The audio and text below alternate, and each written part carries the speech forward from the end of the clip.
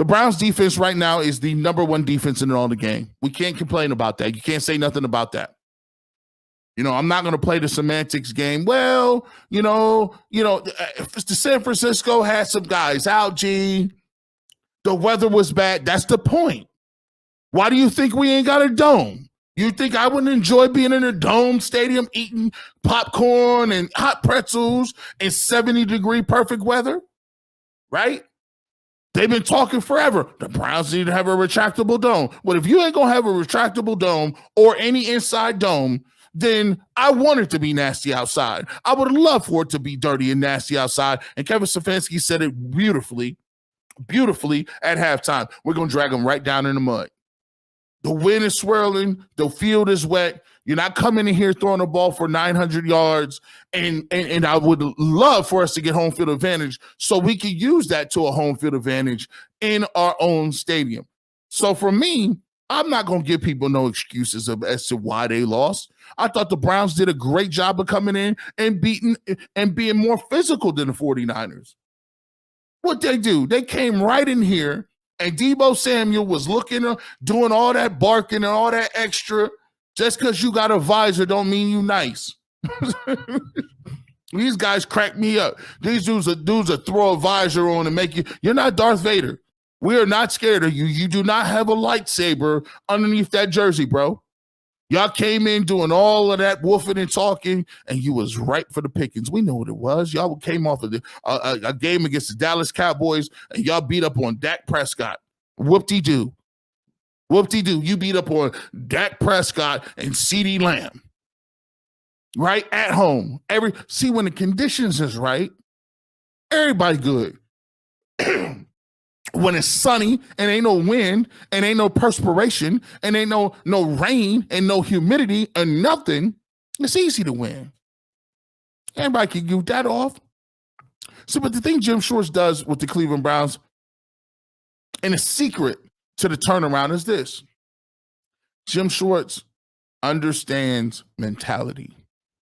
And this always goes back. It's just human nature. And one of the things I always like to do when I study the game and study the game of football, there's so many other things that go into the game of football besides fantasy football numbers and analytics and stats. You can compare and contrast the art of war. You can compare and contrast the way fiscal policy works in the world, finances. You can compare it to communication skills, sociology. You get psychology.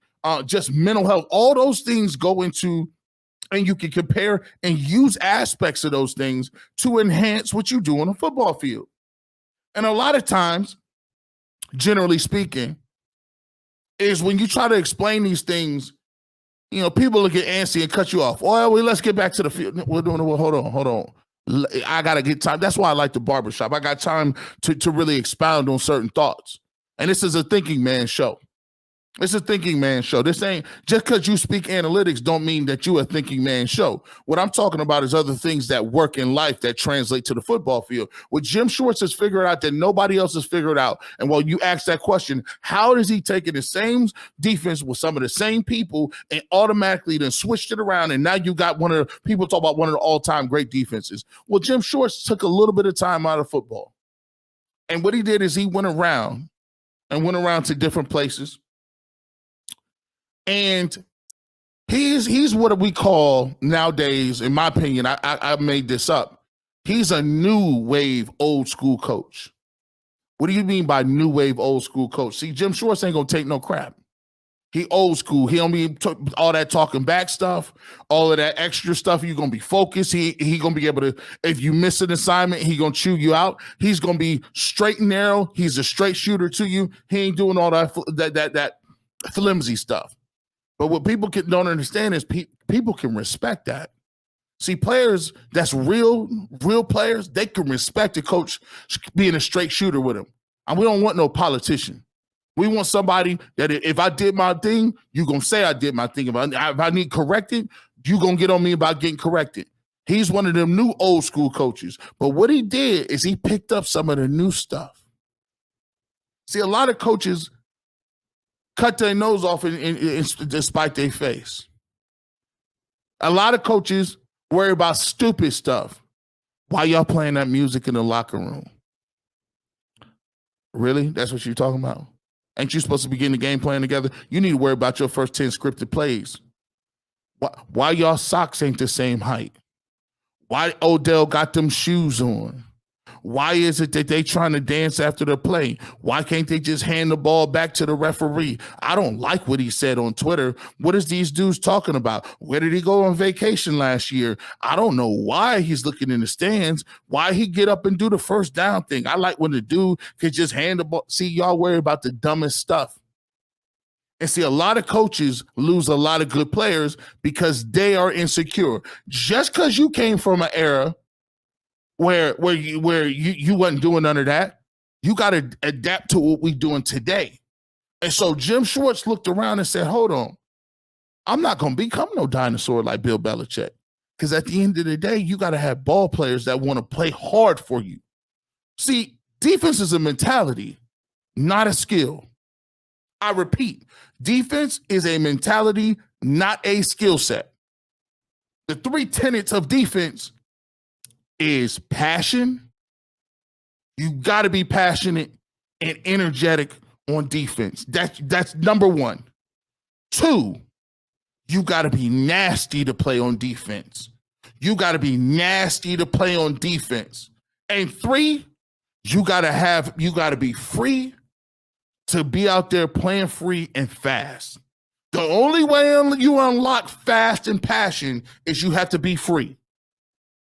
And talking about somebody's socks and why you dancing after the play does not mean I'm free. As a matter of fact, he takes it to the second step. He says, not only do I want you to play like that, I mandate it. I mandate that you celebrate. I mandate that you celebrate with each other. I mandate that when you get up, you show that energy. You know why? The Bible even says, hey, the joy is your strength. The joy of the Lord is your strength. Joyfulness in your heart brings out that play, that passion, that aggressiveness. You gotta have that to even start on defense. How many defenses do we see 9 times out of 10? They just doing this.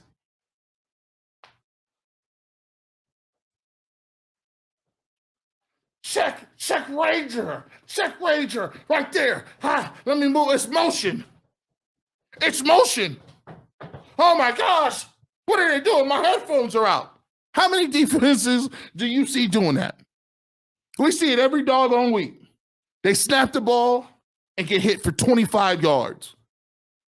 Ain't about that.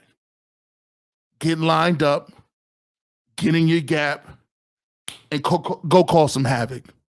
Get lined up, put your hand in the dirt, and try to drive that man and put him in the first row in the stands. Get lined up and just for fun, knock the hell out of the tight end and laugh about it. That's defense. That's defense. It is a mentality, not a skill. But to unlock that, you have to be a coach that is not insecure. No one cares about your defense. We don't care about what your scheme is. We don't care. No one cares about that. You run what's best for you and get guys freed up front. And you see, ain't no busted coverages, ain't none of that. All you see is the Cleveland Browns making plays. And Jim Schwartz has figured it out. The funny part about it is everybody can play like that. And you say, you liar, it has to do with you got to have pieces. Yes, you got to have pieces and parts, but that goes back to the mentality of your organization. If your general manager is lockstep with what we're trying to do in the field, he'll get pieces and parts. But if you got people that's punting on, half the front office is punting, don't want no players, and the coach says, give me Boy Scouts because I don't want nobody messing up. So, well, now you ain't got no players. Everybody can run this. Effort is free. Effort and willingness and running is free of charge. And it is, just is. And when people say the Cleveland Browns can't continue to work like this or you can't expect that, you know what I can't expect? I can expect that every time you step on that field, I want you to give maximum effort, maximum speed, run to the football, and when you get there, have an attitude. And if you don't, I got somebody that'll be in there for you, dog. That's how it works.